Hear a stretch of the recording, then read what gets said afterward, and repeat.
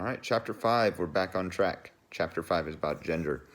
I took away the ideas of social cognitive theory of gender. I looked at Freud and Erikson's theory about gender and the evolutionary psychology of gender.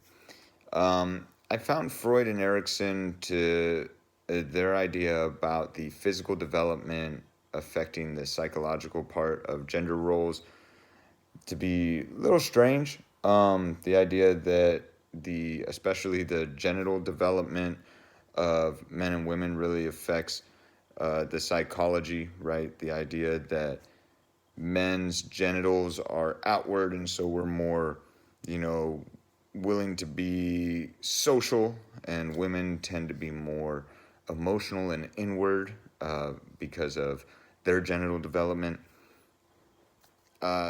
I don't know. That doesn't seem to fit society in my mind all the time. And the same with evolutionary psychology that essentially says we've evolved to be this way, where since primeval times, men were the hunters and women were the nurturers. I can see where that came from. It just doesn't seem to fit today. Again, I fall more on the social cognitive theory side of things, where it's the roles of our relationships in society that really shapes where we put ourselves in these gender roles.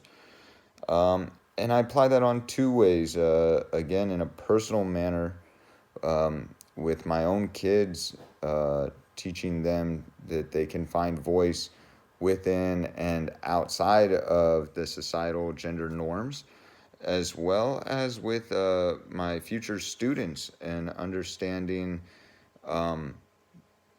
that there's a lot of social pressure to fit certain gender norms that maybe the media shows us. So I plan to apply this really to have my students critically look at what societal gender roles are, and to understand how that's ever changing, and that you don't have to necessarily fit into a certain role because of biology or evolution. You're not predisposed to be a certain way.